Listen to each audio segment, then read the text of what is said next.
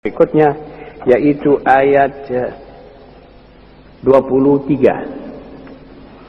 Alam tara ila alladhina utu nasiban minal kitab yud'auna ila kitabillahi liyahkuma bainahum thumma yatawalla fariqum minhum wa hum mu'ridun.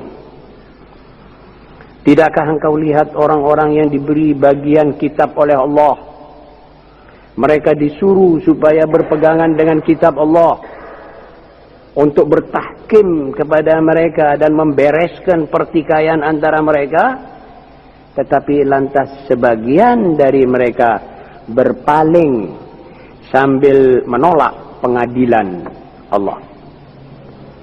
Ma'asyiral muslimin, ini ayat Ibnu Abbas berkata, Rasulullah Shallallahu Alaihi Wasallam pernah masuk di rumahnya Al-Midras, menemui beberapa gerombolan orang-orang Yahudi. Maka Rasulullah mengajak mereka masuk Islam. Lalu salah seorang di antara mereka, yaitu Nu'aim ibnu Amr, berkata kepada Nabi Muhammad Shallallahu Alaihi Wasallam, "Hei Muhammad, engkau ini sebetulnya agamamu ini agama apa sih? Kamu ini memakai agama apa?" Nabi Muhammad SAW menjawab, "Ala millati Ibrahim." Aku berdasarkan millat Ibrahim, hanifan musliman. Lalu mereka itu berkata, Ibrahim adalah seorang Yahudi. Jawab Rasulullah SAW, "Ayo keluarkan Tauratmu. Kalau betul-betul dia Yahudi, keluarkan. Ayo kita baca di mana ayatnya bahwa Ibrahim itu Yahudi." Maka turun ayat ini. Dzalika bi annahum qalu lan tamassana an-nar illa ayyaman ma'dudat wa gharrahum fi dinihim ma kanu yaftarun.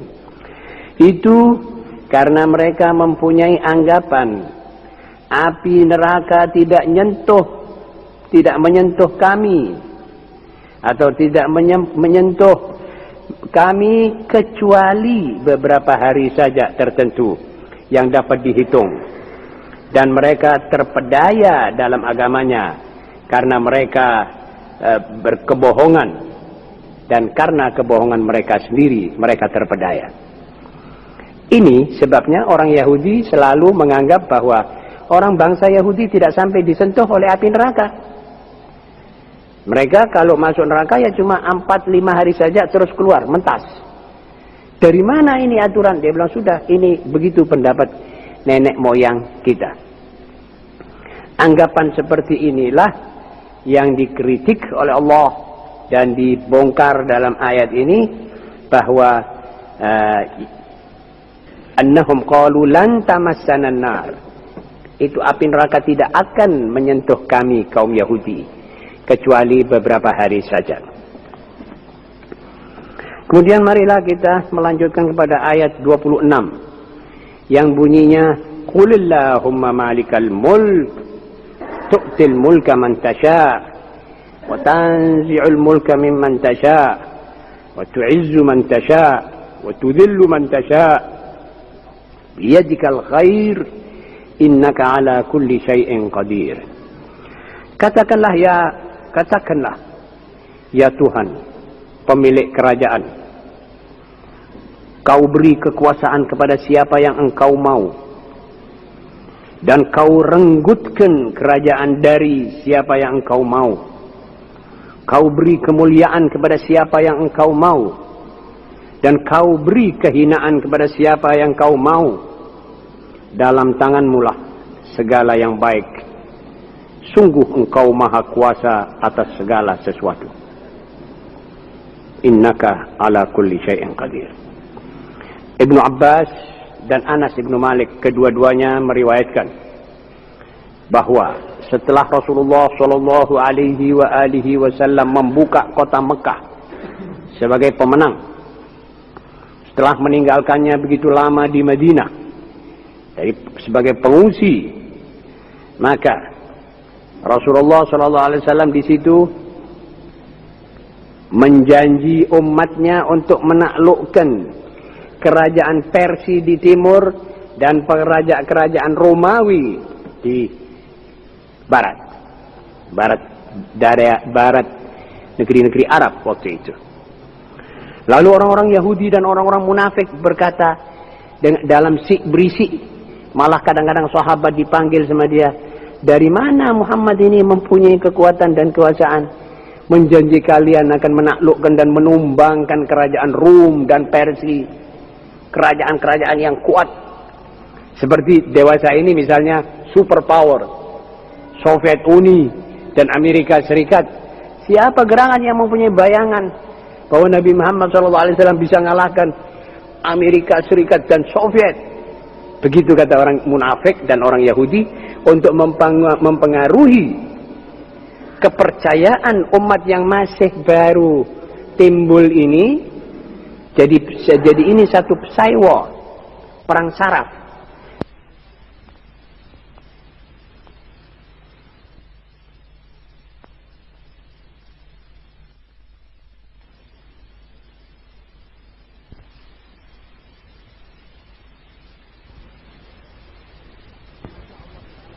Maka Allah Ta'ala spontan menurunkan ayat yang bunyinya, katakan ya Muhammad, ya Tuhan, Engkau pemilik semua kerajaan. Jadi kerajaannya Rum, kerajaannya Faris, itu kepunyaan Allah. Allah yang mengatakan kepada mereka, tunduklah kepada kaum Muhammad SAW. Dan mereka pasti tunduk. Dengan sebab atau kadang-kadang tidak ada sebab.